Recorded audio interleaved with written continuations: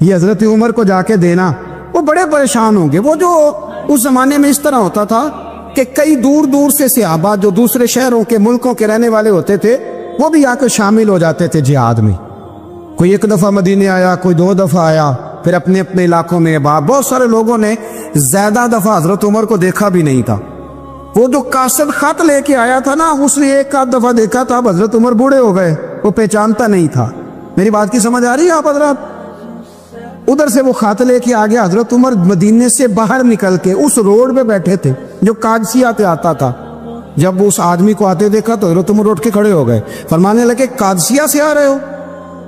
وہ کیا کہتا ہے؟ پھٹے پرانے کپڑے، ٹوٹے ہوئے جوتے، سر پہ پرانی پگڑی، کہنے لگے غلام مدینے کے رہنے والے ہو؟ حضرت عمر کہنے لگے ہاں مدینے کا ہوں۔ کہا میں قادسیہ سے آیا ہوں، الحمدللہ اللہ نے اسلام کو فتح دے دی ہے، الحمدللہ کفر کی کمر ٹوٹ گئی ہے۔ اس نے یہ بات کر کے تو گھوڑے کو ایڑی لگائی، گھوڑا دوڑنے لگا مدینے کے، حضرت عمر بھی ساتھ ساتھ دوڑ رہے ہیں۔ فرمانے لگے اچھا بتاؤ خالد بن ولید کا کیا حال ہے؟ تھوڑا آگے جا کے فرمانے لگے اسامہ بن زید کیسے؟ وہ کہتے ہیں ٹھیک ہے۔ پھر اس نے اور گھوڑا، عمر ساتھ ساتھ دوڑ رہے ہیں، ساتھ ساتھ 24 لاکھ مربع میل کا حکمران، ایک جوتا پیر سے نکل گیا، عمر دوڑ رہے ہیں۔ آگے جا کے پوچھتے ہیں سعد بن ابی وقاص کا کیا حال ہے؟ کہ حضور وہ بھی ٹھیک ہے۔ کتنے لوگ میرے شہید ہو گئے مسلمانوں میں سے؟ کہنے لگا صحیح گنتی کا نہیں پتا، یہ لفظ ادا ہوتے ہوتے مدینے کی سرحد آ گئی۔ لوگوں نے عمر کو گھوڑے کے ساتھ دوڑتے دیکھا تو کہا امیر المومنین کیوں دوڑ رہے ہیں؟ وہ غلام چھلانگ لگا کے نیچے آیا، قدموں میں بیٹھ گیا، کہنے لگا حضور آپ نے بتایا ہی نہیں آپ امیر المومنین ہیں۔ آپ فرمانے لگے کیا بتاتا؟ میں تو اونٹ چرانے والے کا پتر ہوں، کیا بتاتا؟ وہ عمر ہوں جس نے اپنے گناہوں کا حساب دینا ہے، کیا بتاتا؟ جو سعد بن ابی وقاص کو جہاد پہ بھیج کے خود بزدلوں کی طرح گھر میں بیٹھا ہے، کیا بتاتا؟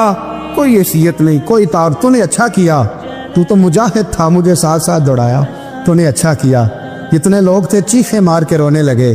حضرت فاروق اعظم سے کہنے لگے عمر جب تک تیرے جلوے رہیں گے اللہ کامیابیاں ہی عطا فرمائے گا، جب تک تیرا رنگ رہے گا اللہ تعالیٰ نوازتا ہی رہے گا۔ کچھ نہیں کبھی اپنا آپ ظاہر ہی نہیں کیا۔ بہت بڑے تھے، بہت بڑے تھے حضرت عمر، بڑے تھے، لیکن ساری زندگی اپنے محاذ۔ حضرت ابو رافع غلام تھے، قرآن پاک بڑا سونا پڑھتے تھے۔ حضرت عمر جب بھی انہیں ملتے کہتے ابو رافع تو عمر سے اچھا ہے، قرآن بڑا شاندار پڑھتا ہے۔ تو وہ کہتے حضور اگر میں قرآن صحیح پڑھتا ہوں تو آپ کو قرآن کی تشریح زیادہ صحیح آتی، آپ بھی تو مجھ سے افضل ہیں۔ تو آپ فرماتے نہیں پھر بھی تو مجھ سے افضل ہے۔ کیوں؟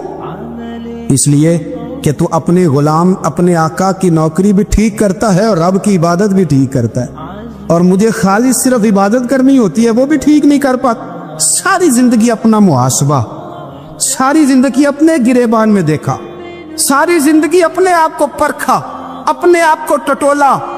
62 سال عمر بیت گئی۔ حضرت حذیفہ بن یمان ایک صحابی تھے، میرے نبی کریم علیہ السلام نہ ان سے راز کی باتیں کرتے تھے۔ ہر بندے کا عزمہ ٹھیک نہیں ہوتا، سب سے راز کی بات نہیں کرنی چاہیے۔ حضرت حذیفہ بن یمان کہتے حضور راز کی باتیں بتاتے۔ مدینہ منورہ میں جو منافقین تھے ان کی لسٹ بھی نبی پاک نے حضرت حذیفہ بن یمان کو دی تھی۔ جب کوئی مشکوک آدمی مر جاتا نا تو صحابہ کہتے ہم دیکھتے اگر حضرت حذیفہ نے جنازہ پڑھا تو ہم بھی جنازہ پڑھ لیتے۔ نبی پاک نے بھی کچھ جنازے نہیں پڑھے، ترمذی میں ہے، فرمایا عثمان سے جو بغض رکھے اس کا جنازہ نہیں پڑھیں گے۔ حضرت حذیفہ بن یمان اگر جنازہ پڑھتے تو لوگ پڑھتے، وہ نہ پڑھتے تو لوگ جنازہ نہ پڑھتے۔ حضرت حذیفہ بن یمان کہتے ہیں جناب عمر فاروق کی خلافت کے آخری ایام تھے، کچھ دنوں کے بعد وہ شہید ہو گئے۔ فرماتے آدھی رات کا وقت تھا، میں گھر میں سویا تھا بڑا بے فکر، اچانک میرے دروازے پہ دستک ہوئی، میں گھبرا کے اٹھا، اتنی رات کو کون آیا؟ اتنے قربان جاؤں، دروازے پہ گیا تو امیر المومنین فاروق اعظم دروازے تھے۔ میں نے کہا عمر کوئی حکم تھا تو مجھے بلا لیتے۔ کہنے لگے میں نا امیر بن کے نہیں آیا، تیرا ویر بن کے آیا ہوں۔ امیر المومنین کی حیثیت سے سرکاری کام سے بلاتا تو وہاں بلاتا، مجھے ایک ذاتی کام پڑ گیا۔ کہتے میں نے عمر کو گھر کی اندر بلا کے چارپائی پہ بٹھایا، میں نے کہا حضور میں غریب آدمی، میں کیا آپ کے کام آ سکتا ہوں؟ تو کہتے ہیں انہوں نے نا مجھے ساتھ بٹھا لیا، پھر میرا ہاتھ پکڑ لیا،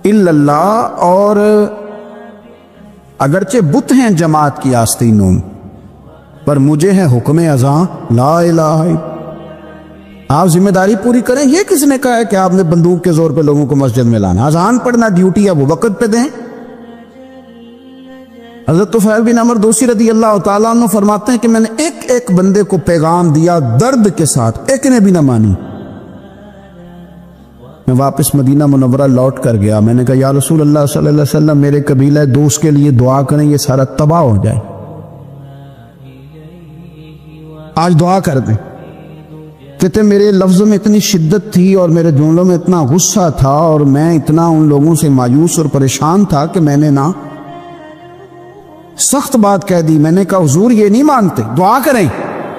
وہ کہتے ہیں حضور اٹھے، وضو کیا اور پھر حضور نے مصلی بچھایا اور پھر کعبے کی جانب چہرہ نور کیا، ہاتھ اٹھائے تو لوگ کہنے لگے آج تو قبیلہ دوست والے ہلاک ہو ہی گئے، قربان جائیں۔